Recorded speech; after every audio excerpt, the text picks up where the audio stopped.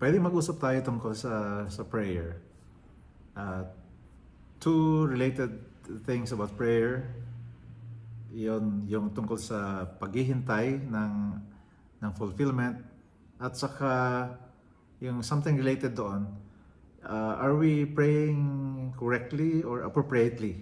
Okay, sige. Feel free to interact doon sa comment section tungkol sa panalangin na to, or you can also DM or directly message me kung sakali. Okay. So sige, Lord, thank you Lord sa opportunity na to na mapag-usapan yung tungkol sa panalangin, sa prayer, Panginoon. Kasi yun naman ang gusto mo, Panginoon, na kami ay nakikipag-usap sa inyo sa pamamagitan ng prayer. Thank you, Jesus. In your name we pray. Amen. Okay, tungkol sa paghihintay.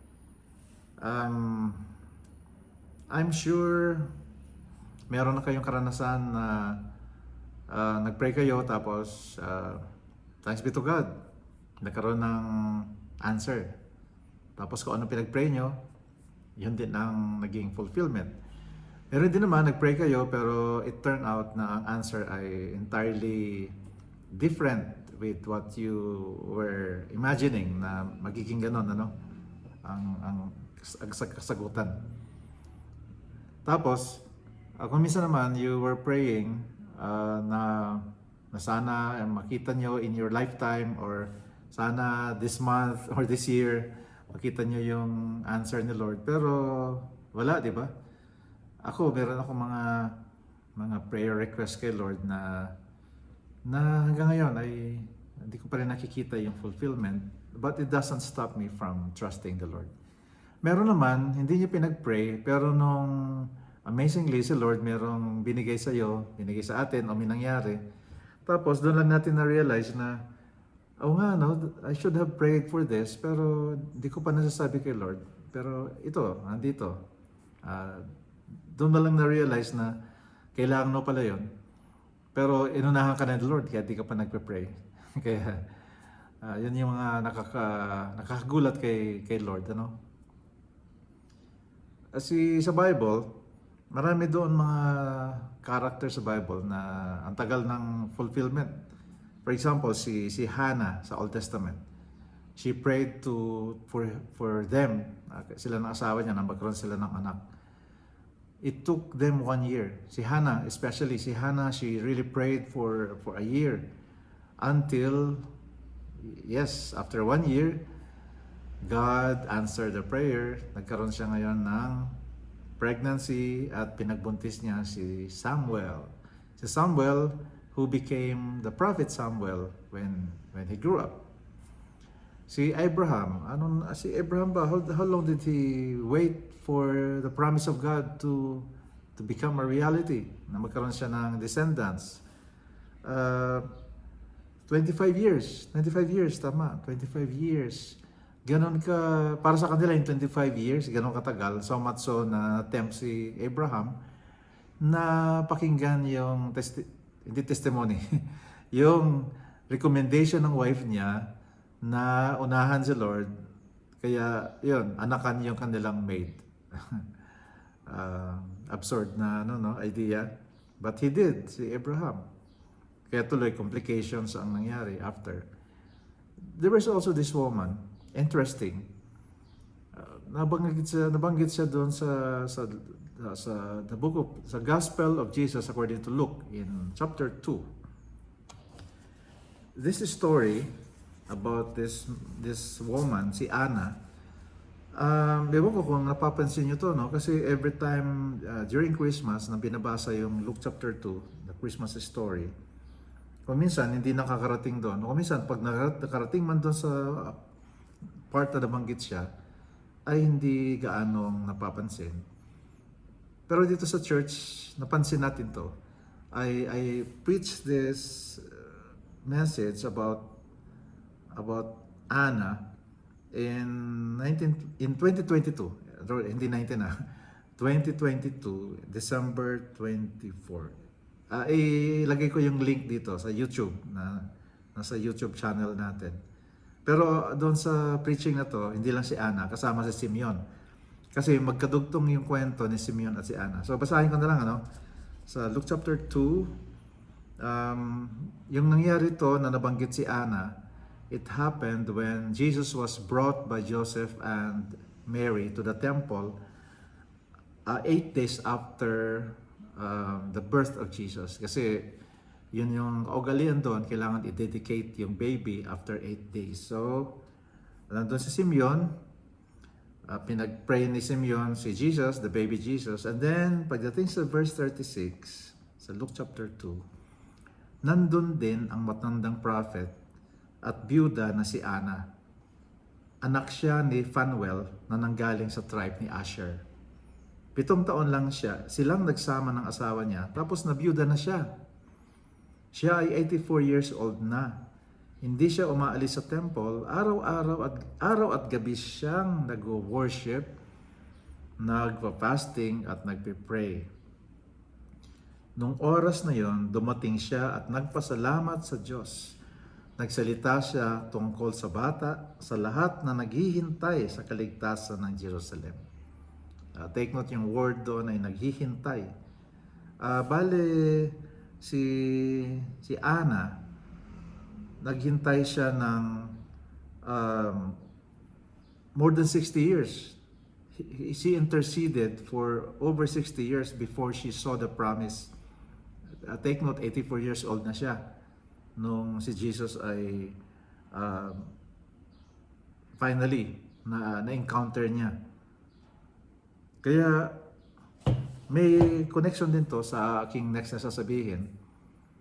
Kasi as much as we would like to see the fulfillment of things that we are praying, for example, 2 things. We are praying for loved ones to open their lives to Jesus, to finally receive Jesus Christ as Lord and Savior. Isa yon, di ba? We pray for people. We pray for the people that we value. Kung minsan din, we are praying for people na baguhin ni Lord. For example, dati siya ay this person, she is or he is walking with the Lord, to church siya, pero after some time, nag-decide siya na to stop going to church for one reason or another. So, of course, nalulungkot tayo dun, no? So, we pray in the name of Jesus, bumalik sana siya sa pananampalataya. Ngayon, let me cite something that you might consider seriously. Yung tungkol sa choice that God has given us, free will, like you. If you can remember, people have been sharing to you about Jesus, di ba? For some time before you receive Jesus Christ as Lord and Savior. Di ba hindi ka naman nag-decide kaagad? Or kung meron man, you decided to follow a prayer pero nag-pray ka lang pero hindi pa yun talaga ang araw that you really welcome Jesus as Lord and Savior. Kasi meron tayong choice. May power tayo na galing sa Panginoon to decide. This power that God has given us is honored by God, that even when we reject Him, He will not overpower us. Diba? Ilang beses na tayong nag-reject sa Panginoon noon. For example, people would come to me many times. Kaya it took 10 years bago finally I decided to say yes to the Lord, to Jesus. And many people came. Pero nag-decide ako na not this time. Wag muna. So, ibig sabihin, ganon ka-powerful yung binigay ng Panginoon Diyos sa atin na ability to say yes or no to things, to circumstances, and even to God. That's why, when we are praying for other people, those who are already capable of making decisions, those who are exercising already their free will, we cannot pray like we pray for our little kids. Diba, yung mga anak natin na maliliit pa, of course, they cannot yet make the proper choices. They make choices, but not yet the proper choices. Kasi they are still lacking in wisdom. Wala pa sila sa certain maturity. So that's why when we pray for our children, ng mga liliit pa, we pray with authority that is appropriated by God to us as parents. So in the name of Jesus, I declare that my kid, my little girl will behave as such in the name of Jesus. So parang ganun ang mga prayer, no?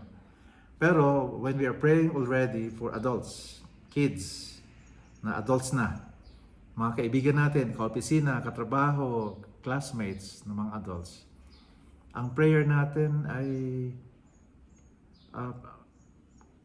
parang lumalabas ang prayer natin ay patuloy tayong bigyan ng patience ni Lord. Na sila ay patuloy na mahalin, patuloy na makita nila sa atin ang perseverance at patience at pag-ibig ng Panginoon Diyos, especially pag-ibig na walang condition. Kasi kung minsan, when we are praying, which is good naman, no? Yung prayer natin, masave yung ating kakilala, na baguhin siya ng Panginoon Diyos, lalo na kung nakakalungkot yung mga choices niya sa buhay, na nasisira na yung kanyang buhay, ang kanyang future parang sablay na. Tapos in-invite natin siya, no? Alika, sama ka ulit sa church, o kaya alika, punta ka sa church. Tapos, ang natatanggap natin na response ay rejection. Ang tanong ko ngayon, kumusta? How do we respond to rejections? How do we respond when we continue praying for people, pero ang prayer natin ay para bang inuutusan natin siya na magbago siya, na ibahin niya yung choice. Ang Panginoon, di ba, hindi, pag nireject natin siya, hindi naman niya tayo pinalitan yung programming natin. Hindi siya nagkamad na in the name, in my name, mabago ang kaisipan ni Vio. Hindi ganoon, no? Hinintay niya na finally nag-decide ako na patuloy ko na nalalaman na si Jesus is Lord and Savior. Hinintay niya na dumating yung araw na yon. So anong character na pinakita ng Panginoon Diyos? Character na unconditional na pag-ibig. Kaya nga nabanggit ni Apostle Paul, ito lumalabas yung character ng Panginoong Jesucristo. Sabi sa Romans, Christ died when we were yet sinners. Christ died for us. Christ died for you. So ibig sabihin, kahit nung panahon na hindi mo pa pinapansin si Kristo, ang ating Panginoon na tagapagligtas, He died already for you. So, ibig sabihin, kung si Jesus nga, hindi siya diktador, then pinakitaan pa rin niya ng pag-ibig tayo. So, ibig sabihin, ganun din pala tayo dapat. Kaya lumalabas ngayon yung when we pray for other people na magbago, tanggapin ng Panginoong Jesucristo sa buhay nila, baka naman pala ay pag-pray natin ang sarili natin.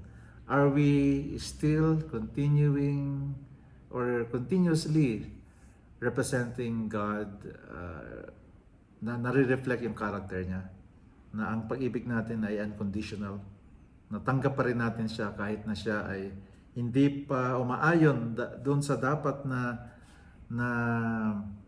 kilos ng isang matinong tao. Medyo mahirap, pero yun ang character ng Panginoon Jesucristo. Tama ba? Would you say amen to that? So, kaya when we're praying for people to be transformed, to be changed, then isang prayer ay tayo ay mabago ang ating pakikitungo kung nagkakamali tayo, kung ano man, kung maayos na ang pagkikitungo natin, na humaba pa ang ating pasensya, humaba pa ang ating perseverance, ng ating pag-ibig ay walang kondisyon, hindi naghihintay ng kapalit, kundi ang pag-ibig natin ay katulad ng pag-ibig ng ating Panginoong Jesucristo na patuloy at walang limit.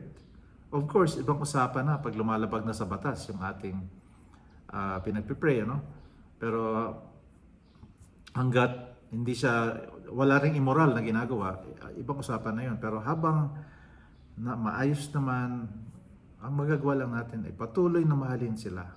katulad ng pagmamahal ni Jesus Christ. Of course, isang panalangin ay nawa na sa tamang panahon, pag nabuksan yung kanyang spiritual understanding at spiritual senses, ay finally mag-decide siya na magtiwala uli sa isang relasyon sa Panginoon.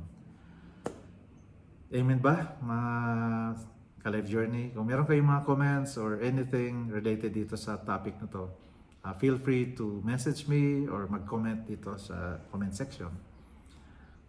Panginoon Diyos, patuloy niyo kaming turuan ayon sa inyong character at ayon sa salita mo, sa mga pamamaraan na nilatag mo na, Panginoon Diyos, patungkol sa panalangin.